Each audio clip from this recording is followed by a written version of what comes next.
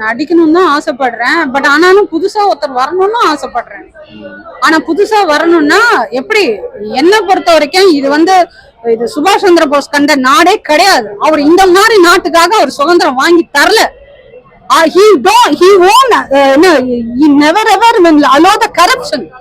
யோசிச்சு பாருங்க. நீங்க இன்னைக்கு நம்ம சுதந்திர போராட்ட வீரர்களும் யாரையும் நம்ம பாக்கலங்க, கண்ணுல பாக்கல. நம்மளோட தாத்தா பாட்டிகள் அடி வாங்கி எல்லாம் உத வாங்கி பண்ணிருப்பாங்க. அத ஒரு நிமிஷம் நினைச்சு பார்த்தா நீங்க எல்லாம் ஓட்டுக்கு காசு வாங்கலாங்க? இல்ல எல்லாரும் வாங்குவாங்க? சொல்லுங்க. நாட்டை விக்கிறதுக்கு சமங்க.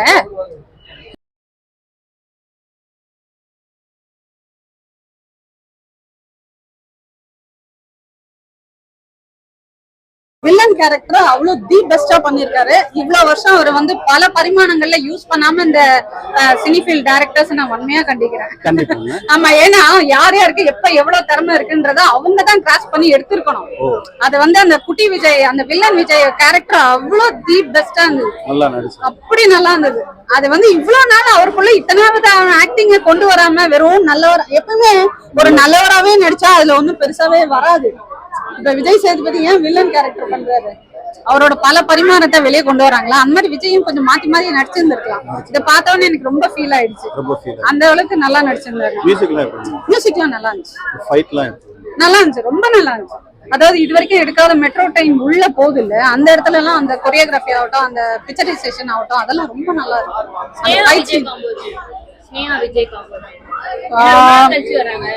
அது ஒன்னும் பெருசா அவ்வளவு நல்லா இருக்குன்னு சொல்ல முடியாது. ஏன்னா அந்த இடத்துல அவங்க கொஞ்சம் இளைய மம்மியா காமிக்கணும்னு அவங்கள போட்டிருக்காங்க. மத்தபடி என்ன சொல்றது, ஃபர்ஸ்ட் எடுத்தோன்னா அந்த பொண்ணெல்லாம் இவ்வளவு பெரிய பொண்ணா காமிக்கிறாங்களேன்னு மாதிரி ஃபீல் இருந்தது. பட் ஆனா சின்ன விஜய், பெரிய விஜய், எல்லா விஜயும் காமிச்சாச்சு. விஜய், 20 விஜய், 30 விஜய், எல்லா விஜயும் ஸ்டெப் பை ஸ்டெப்பா காமிச்சாச்சு. எங்கேயும் குறை வைக்கல. மைக் மூவெல்லாம் நடிச்சிருந்தாரு. மோகனா? மோகன் நல்லா தான் நடிச்சிருந்தாரு. அவரு தான் அந்த பாம் பிளாஸ்டிக் எல்லாமே பண்றது. ஒரு தப்பான விஷயத்த ஒருத்தரை விதைச்சு வளர்த்தா எப்படி இருக்குமோ அததான் அந்த குட்டி விஜய் பண்ணிட்டு இருக்காரு. சோ அதனால எடுத்திருக்காங்க. சாக்லேட் பாய் பிரசாந்த் நடிச்சிருந்தாரு. அதை பத்தி சாக்லேட் பாய் பிரசன்னா கொஞ்சம் சாதாரணமா தான் நடிச்சிருக்காரு.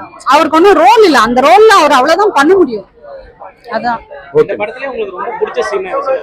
அந்த ஃபைட் சீன்லாம் ரொம்ப நல்லா இருந்துச்சு.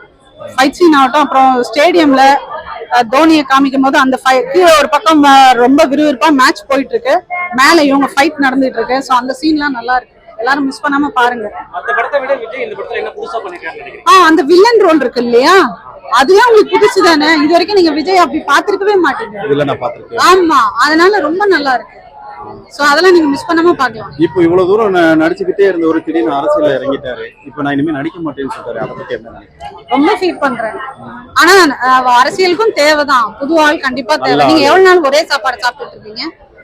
எவ்வளவு நாள் தான் பழைய ஸ்டூடெண்ட்ஸை வச்சு பழைய கஞ்சியை காய்ச்சி புதுசா ஒரு பிரியாணி தயார் பண்ணணும்? ஏன்னா வளர்த்த விதம் என்னன்னா, விஜயகாந்த் சார் முத நடிக்க வச்சு இது பண்ணாரு. இன்னைக்கு விஜயகாந்த் அவரோட படத்துல நடிச்சிருக்கிறது மாதிரி ஒரு ஃபீல் பண்ணிருக்காங்க. அதை பத்தி அது நல்லா இருக்கு. ஏன்னா விஜயகாந்த் தானே அவர் ஆரம்பிச்சு வச்சாரு.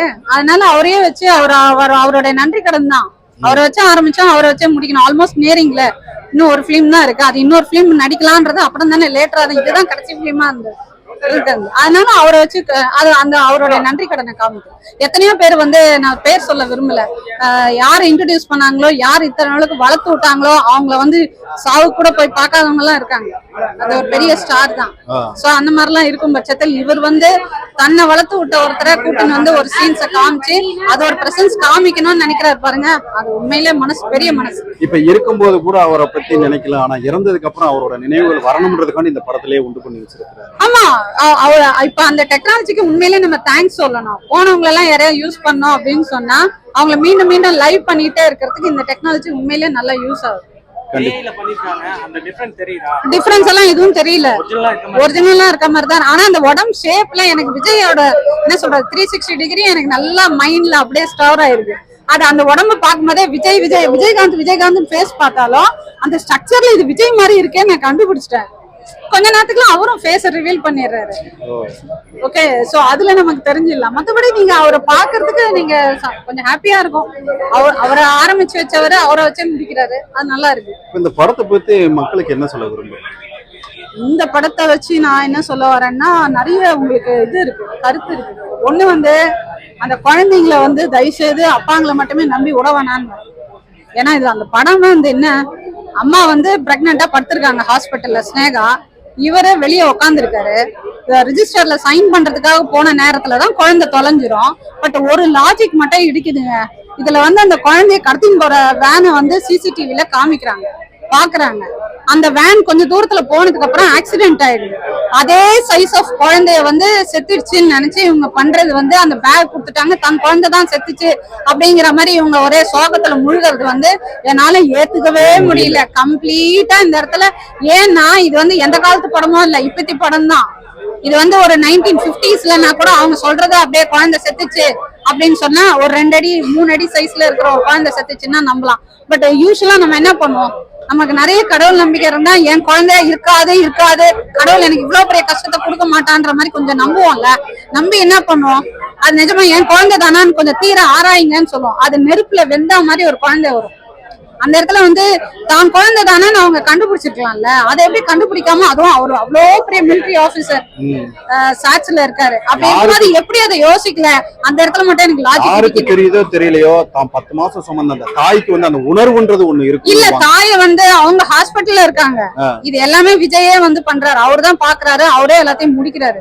சோ இந்த இடத்துல ஸ்னேகா வரல சீன்ல, ஓகேங்களா? அந்த பார்த்து சமக்கலாம், அவங்க நல்லா இல்ல. அவங்க ரெண்டாவது குழந்தைக்காக அட்மிட் ஆயிருக்காங்க. இல்ல, அவங்க இருந்திருந்தா அந்த குழந்தை என் குழந்தை இல்லன்றதை கண்டுபிடிச்சிருப்பாங்க. குழந்தை இல்லன்னு நீங்க ட்ரெஸ் வச்சு கண்டுபிடிக்குமா? என்ன வெள்ளம் வெந்துருச்சுன்னே வச்சுப்போம். ஒரு போஸ்ட்மார்ட்டம் பண்ணாலும் அந்த ரிப்போர்ட்ஸ் இந்த ரிப்போர்ட்ஸ் எல்லாம் தெரியும்ல. இது என் குழந்தை தானா இவங்க கிட்ட இருக்கும்ல, அதை வச்சு கண்டுபிடிக்கலாம்ல. அந்த மாதிரிலாம் இவங்க எதுவுமே டெக்னிக்கல் எதுவுமே காமிக்கல. ஒரு 3 அடி சைஸ் குழந்தை வந்து அதே மாதிரி வெந்தா மாதிரி மோகன் வந்து அரேஞ்ச் பண்றாரு, அந்த வில்லன் வந்து அரேஞ்ச் பண்றாரு. அரேஞ்ச் பண்ண உடனே தான் குழந்தை தான் செத்துச்சுன்னு இவரும் அந்த பேக் எல்லாம் வச்சு ஒரு ஐடென்டிஃபை பண்ணி ஒரு 20 வருஷம் வந்து சோகத்துல முழுகி வாழ்றாங்க. இந்த படத்துல பிடிச்ச சீன் எதை சொல்லுங்க? பிடிச்ச சீன்னா அந்த ஃபைட் சீன் ரொம்ப நல்லா இருந்துச்சு. யூஸ்வலா நம்ம பைலர் அடிக்கிறதே பல வருஷம் பார்த்து வளர்ந்து ரொம்ப நொந்து போயிருக்கேன், ஓகேங்களா? அதுல இருந்து இந்த மாதிரி ஒரு கஷ்டப்பட்டு எடுத்த ஃபைட் சீன்லாம் நல்லா இருக்கு. Hats off Venkat Prabhu. இப்ப பிடிக்காத சீன் எதை சொல்லுங்க? பிடிக்காத சீன்லாம் எதுவும் இல்ல, எல்லாமே நல்லா தான். சொன்னீங்களே அந்த குழந்தை வந்து எனக்கு அது பிடிக்காத சீன் இல்ல, அது வந்து அப்படியே நம்பிட்ட மாதிரி காமிக்கிறாங்க. அதுவும் விஜய் வந்து யாரோ ஒரு டீ கடைக்காரலாம் இல்ல, அவர் வந்து சாட்ஸ்ல ஒர்க் பண்றாரு. அப்படின்னா ஐக்கியம் எப்படி ஒர்க் பண்ணும்? இது ஒண்ணு வந்து என் குழந்தை செத்துருக்காதுன்னு, இது என் குழந்தை தானா கொஞ்சம் ஐடென்டிஃபை பண்ணுங்க அப்படின்னு சொல்லணும். அந்த சிசிடிவி வச்சு வேனை வச்சு போனதை வச்சு அந்த நம்பர்ல அந்த ஆக்சிடென்ட் ஆனவனே அதுதான் காமிக்கிறது கொஞ்சம் லாடி இடிக்கும். அப்புறம் ஃபியூச்சர்ல வந்து ரஷ்யால வந்து அந்த சின்ன குழந்தைய பாக்குறாங்க, ஓகேங்களா? சோ அதுல அந்த இடத்துல மட்டும் எனக்கு லாஜிக் கிடைக்குது. மத்தபடி இந்த படத்து மூலமா நான் என்ன சொல்ல வரேன்னா, தயவுசெய்து குழந்தைங்களை வந்து ஜஸ்ட் லைக் தட் இது பண்ணாதீங்க. அதுல நிறைய அந்த கொடுமைகள்லாம் காமிக்கிறாங்க, பிச்சை எடுக்க விடுறதுலாம் ரொம்ப எமோஷனலா இருக்கு. சோ அதனால குழந்தைங்களாம் தயவுசெய்து பத்திரமா பாத்துக்கோங்க. அண்ட் மோர் தென் தட் வந்து இந்த வீட்டுக்குள்ளேயே வில்லன் இருக்கிறது, சைக்கோ இருக்கிறதெல்லாம், அந்த சீன்லாம் தி பெஸ்ட். அது வந்து பார்க்க வேண்டிய படம். நிறைய இடத்துல நான் பாக்குறேன். அப்பா வந்து ஹானஸ்டா இருப்பாரு, பையன் பார்த்தா ஃப்ராடா இருப்பான். அது அப்படியே காமிச்சிருக்காங்க. அதெல்லாம் உண்மையில வெங்கட் பிரபு பாராட்டி ஆகும். ஏன்னா இந்த கஸ்டடி மாதிரி ஒரு மசாலா படமா முடிஞ்சிருமோ அப்படின்ற எனக்கு ஒரு ஹார்ட் ஃபீலிங் இருந்தது. ஆனா அப்படிலாம் இல்ல, ஒழுங்கா எடுத்திருக்காங்க. நல்ல ஃப்ரேம் பை ஃப்ரேம் ஒழுங்கா எடுத்திருக்காங்க. இதுதான் அவருக்கு கடைசி படம்னு சொல்லிருக்காங்க. அத பத்தி என்ன ஃபீல் பண்றீங்க? இல்லையே 69 ஒன்னு வரப்போகுதுன்னு. ஆமா, அதுக்கு அப்புறம் அரசியல்ல தான் இறங்க போறேன் அப்படிங்கறாங்க. அதுதான் எனக்கு நடிக்கணும்னு தான் ஆசைப்படுறேன். பட் ஆனாலும் புதுசா ஒருத்தர் வரணும்னு ஆசைப்படுறேன். ஆனா புதுசா வரணும்னா எப்படி?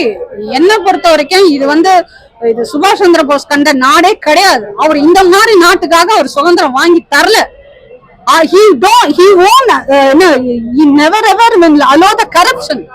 யோசிச்சு பாருங்க நீங்க. இன்னைக்கு நம்ம வந்து சுதந்திர போராட்ட வீரர்களும் யாரையும் நம்ம பாக்கலங்க, கண்ணுல பாக்கல. நம்மளோட தாத்தா பாட்டிகள் வந்து அடி வாங்கி எல்லாம் உத வாங்கி பண்ணிருப்பாங்க. அத ஒரு நிமிஷம் நினைச்சு பார்த்தா நீங்க எல்லாம் ஓட்டுக்கு காசு வாங்கலாங்க? இல்ல, எல்லாரும் வாங்குவாங்க சொல்லுங்க? நாட்டை விக்கிறதுக்கு சமங்க. அப்ப நீங்க வந்து ஒரு 500 ரூபாய் 1000 ரூபாய் கொடுத்தா, இல்ல ஒரு 4 ஓட்டு 20,000 ரூபான்னு கொடுத்தா நான் வந்து ஓட்ட விக்கிறேன்னா, அப்ப மிலிட்டரியில இருக்கவங்க எல்லாம் வந்து அப்ப காஷ்மீர் பார்டர்ல உட்காந்துட்டு இருக்கான், சோறு தண்ணி சரியா இல்லாம. யோசிச்சு பாருங்க, அங்க தண்ணி வந்து அப்படி சுட்டு அப்படி எடுத்த உடனே சுடு தண்ணி குடிக்கிறதுக்குள்ளே ஜில்லுன்னு ஆயிடுமா? அந்த டிகிரியில உட்காந்துட்டு இருக்காங்க. அவங்க யோசிச்சு பாருங்க. அப்ப அவங்களும் பணத்துக்கு ஆசைப்பட்டா பாகிஸ்தான்காரங்க சைனாக்காரனுக்கு அந்த ரகசியத்தை வித்துட்டு உள்ள வர வைக்கலாம்ல. ஏன் அது புரிய மாட்டேங்குது? சத்தியமா சொல்றேன், இந்த காசு வாங்குறவங்களை பார்த்தா பயமா இருக்கு. அவங்களெல்லாம் பார்த்தா இந்த நாடு குட்டிச்சவராக்கிட்டு இருக்கிறதே அவங்கதான். நீங்க ஓட்டு எப்படி போடுறீங்க?